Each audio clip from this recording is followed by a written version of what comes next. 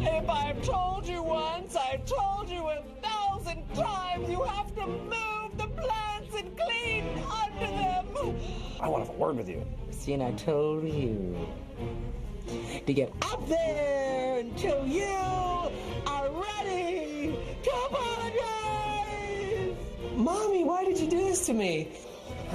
Why can't you give me the respect I deserve? Because I'm not one of your fans! That's why gay men love it, because they're like, oh my God, that's a diva. Sure, a rose by any other name would smell as sweet, but a gay bar is not a gay bar if its name doesn't make you laugh or blush. That's why the number 11 great thing about being queer is you have the best names. Double entendre is important to gay culture because it's funny and because it's taking something that's part of the mainstream and twisting it and giving it a gay sensibility. Case in point, gay bar names. I think if you're new in town and you're looking for the gay bar, it's usually a lot easier to find. If a bar has the name like the Anvil or the Cockpit. You name the bar according to what you're looking for in the bar. The following are some of our favorite double entendre gay bar names: Dick's, Woody's, Swinging Richards, The Loading Dock, The Hole in the Wall Saloon, The Manhole, The Mine Shaft, and Squirt. To be fair, Squirt is really more of a single entendre. Squirt? Ew. The Cubby Hole. Cubby Hole's a good one. But I guess Cubby Hole's is that a reference to? In England, it's quite sweet. Like, my favourite gay bar name is in Edinburgh. There's a gay bar called CC Bloom. Good trivia question. Why is it called CC Bloom? Only Bette Midler's character from Beaches. That's why it's called CC Blooms. Even more creative than gay bars are the double entendres drag queens use for names. Drag queens love it because it's all about the humor of it, you know, and something sassy and fun and coming up with the most clever name possible. You gotta remember everybody with two names. You gotta remember their drag name, then you gotta remember what they look like out of drag. And then when you remember what they look like out of drag, you gotta immediately forget it because it's too hideous. The most brilliant one is Eva Destruction. There's also Hedda Lettuce, Safanda Cox. Beautiful name. Someone to take home to mom. My favorite drag queen name, for example, Hell of a Bottom Carter. Come on, isn't that genius? Historians call the gay 90s gay because it was a decade of national optimism. But the gay 90s were also surprisingly super gay. Here's how.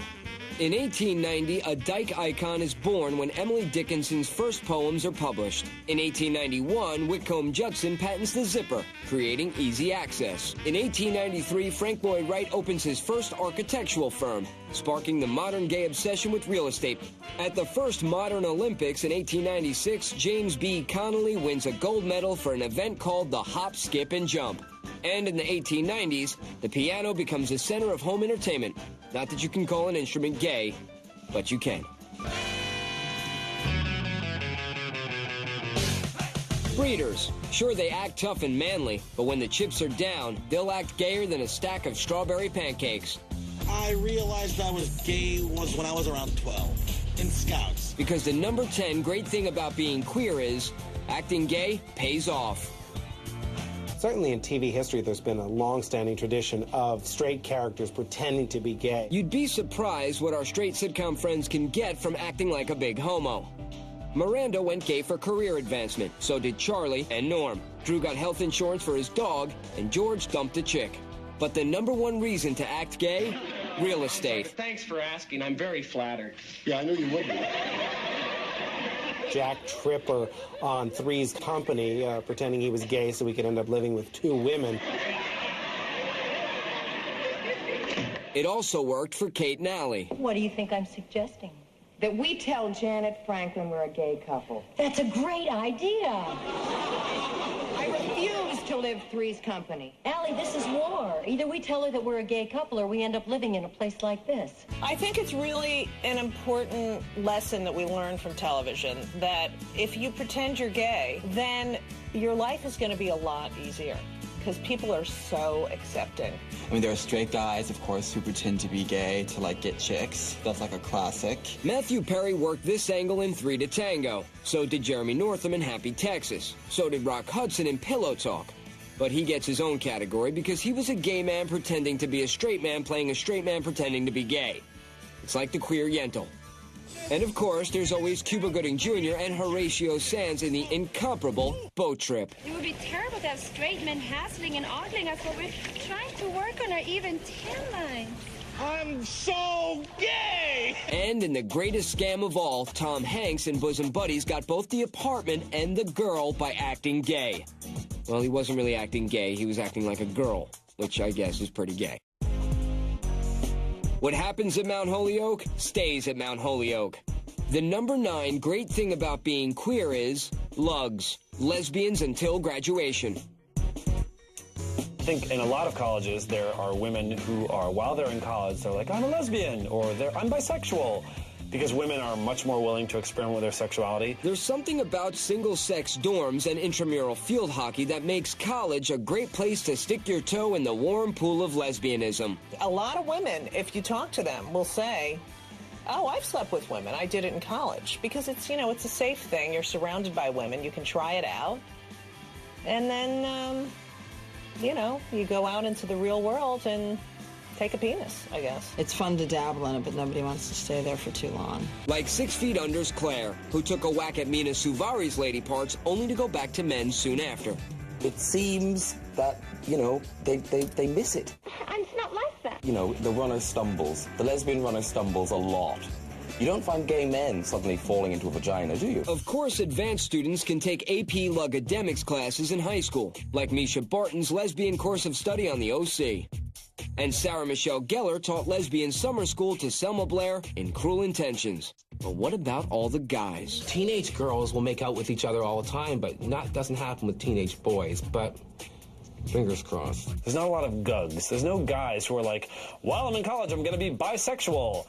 Like straight guys, that's not even funny. Like no one's gonna pretend like, yeah, I'm gay, haha, until graduation. Then I'm not gay. What would that be for fags? For gays, fag until fag. Actually, the acronym is FAG. FAG after graduation. That would be me. Coming up, a big gay disco road trip. Who wouldn't want to be taken to Funky Town? And the finer points of locker room etiquette. You know what I mean? But first, according to an Australian newspaper, the United States and Australia are tied as being the gayest countries in the world. The straightest country in the world? Vietnam. So not only are they communist, they're boring.